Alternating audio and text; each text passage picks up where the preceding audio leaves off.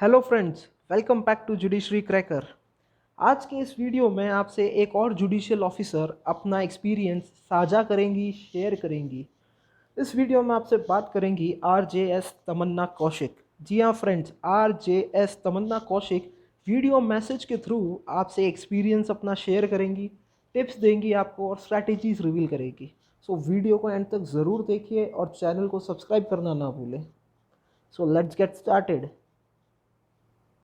Hello friends, this is judicial officer Tamanna Kaushik 2019 batch. अभी मेरी joining नहीं आई है, सो आई थॉट कि मैं आप लोगों के साथ कुछ डूज़ एंड डोंट्स जो एक जुडिशियल एग्ज़ाम को क्लियर करने के लिए ज़रूरी होते हैं उन्हें शेयर करूं। तो फ्रेंड्स, जैसे कि आप लोग जानते हैं कि फ़र्स्ट स्टेज होता है प्रिलिमिनरी स्टेज। इस स्टेज के लिए ये बहुत इंपॉर्टेंट स्टेज है क्योंकि ये क्लियर होता है तभी हम आगे के स्टेज में पहुंच सकते हैं। तो फ्रेंड्स, इस स्टेज के लिए बेयर एक्ट पे कमांड होना बहुत ज़रूरी है।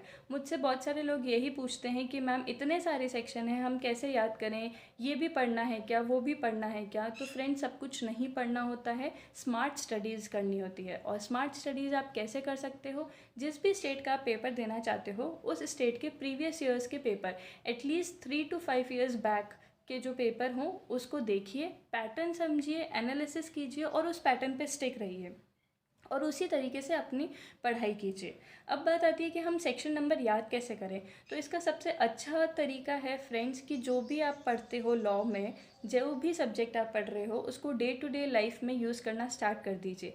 मैं पर्सनली क्राइम पेट्रोल बहुत देखती थी और मेरा सिर्फ और सिर्फ एक ही मोटिव था उसको देखने का कि यहाँ पे कौन सा सेक्शन नंबर लगा है, ये क्यों लगा है, ये क्यों नहीं लगा है। इससे क्या होता था कि आपका एप्लीकेशन ऑफ माइंड बढ़ता है और आपको लॉन्ग रन तक चीज़ें याद रहती हैं।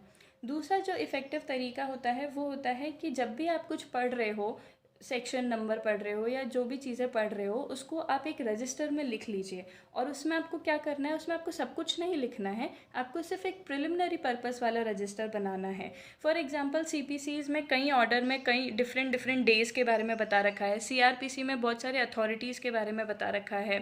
तो ये सारी चीज़ें आप एक रजिस्टर में लिख लीजिए और at the end of the day उसको उठाइए और रिवाइज़ कीजिए। इससे क्या होगा, आपको वापस से बेयर एक्ट उठा के बाकी सारी चीज़ें गो थ्रू करने की ज़रूरत नहीं पड़ेगी और आपका टाइम काफ़ी बचेगा। सेकेंड स्टेज आती है हमारी मेंस की स्टेज, जो बहुत इंपॉर्टेंट है। सारी स्टेजेस ही इंपॉर्टेंट है। मेंस के स्टेज में आपको ध्यान रखने की बात यह है कि आपकी राइटिंग स्किल्स अच्छी होनी चाहिए, प्रेजेंटेशन अच्छा होना चाहिए, काटा पीटी मत कीजिए। और वो भी एक्सपेक्ट नहीं करते कि आप एकदम बेरैक की लैंग्वेज लिखिए। बेरैक की लैंग्वेज लिखने की कोई रिक्वायरमेंट नहीं होती है। जो क्वेश्चन पूछा है उसका आंसर दीजिए और ऐसा आंसर दीजिए कि कोई भी अगर उसको पढ़ेगा तो वो इजीली उसको समझ सकता है। एसेंशियल पॉइंट्स जो होते हैं उसको ज़रूर मेंशन कीजिए, बट इररिलेवेंट चीज़ें लिखने की कोई ज़रूरत नहीं होती है। अब इस मेंस में अब जैसे बहुत लेंदी चीज़ें भी पूछी जाती है तो हम उसको कैसे याद करें, कैसे पॉइंट्स को याद रखें। तो उसके लिए फ्रेंड्स आप ग्रुप स्टडीज़ कीजिए, डिस्कशन कीजिए। कोई एक ऐसा फ्रेंड जिसके साथ आप पढ़ाई कर सकते हैं उसके साथ पढ़ाई कीजिए। आपका जो स्ट्रॉन्ग एरिया है, फॉर एग्जांपल अगर आपका सिविल स्ट्रॉन्ग है तो आप सामने वाले को सिविल पढ़ने को दो और खुद क्रिमिनल पढ़ो। और at the end of the day ये डिस्कस करो कि उसने क्या पढ़ा और मैंने क्या पढ़ा। अगर आप कुछ पॉइंट भूलोगे तो सामने वाला बता देगा और अगर वो कुछ भूलेगा तो आप बता दोगे। इससे आप दोनों को डबल फ़ायदे होंगे क्योंकि आप दोनों के दोनों एरिया स्ट्रॉन्ग हो जाएंगे और आप अच्छे से आंसर्स लिख पाओगे। अब मेंस के लिए जो एक और इम्पॉर्टेंट बात ये होती है कि फ्रेंड्स, जुडिशरी दो पार्ट पूछता है, एक लॉ पूछता है और एक अदर पार्ट पूछता है। Other part state to state vary करता है। जैसे राजस्थान में हिंदी इंग्लिश आ सकता है, दिल्ली हिंदी इंग्लिश आता है, दिल्ली में जीके आता है। तो इसकी भी उतनी ही तैयारी आपको करके रखनी पड़ती है जितना आप लॉ पे फोकस करते हैं। क्योंकि ये मैंने भी गलती करी थी, मैंने अपने अदर पार्ट को इतना फोकस नहीं दिया था। अदर पार्ट आपकी रैंक भी मैटर कराता है। तो अदर पार्ट के लिए आप डे 1 से, जिस दिन आप फॉर्म भरें उस दिन से तैयारी शुरू कर दीजिए। एक दिन मतलब एक दिन में 1 घंटा भी पढ़ेंगे तो वो सफिशिएंट होता है।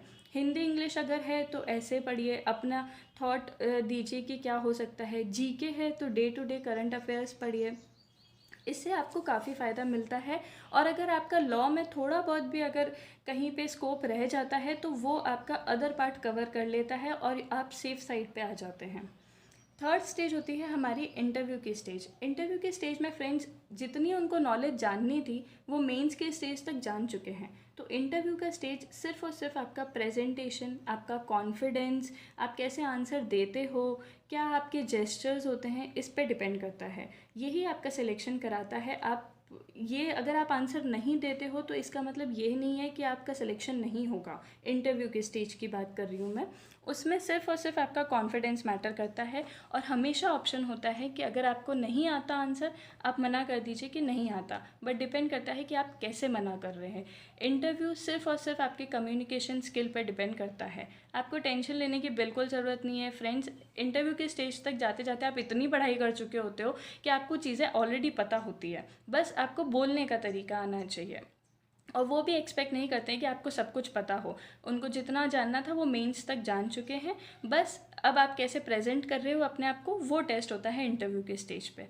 और फ्रेंड्स, इस पूरी जर्नी में सबसे इम्पॉर्टेंट बात जो है वो ये है कि आपका अपने ऊपर कॉन्फिडेंस होना चाहिए। आप अपनी होप कभी भी मत डाउन कीजिए कि मुझसे नहीं हो पाएगा, ये तो अपनी डिक्शनरी से हटा ही दीजिए। क्योंकि आराम से अगर आप स्मार्ट स्टडीज़ करोगे और आप पढ़ते रहोगे तो अपने आप कॉन्फिडेंस आएगा और अपने आप स्टेज टू स्टेज क्लियर होते चलेंगे।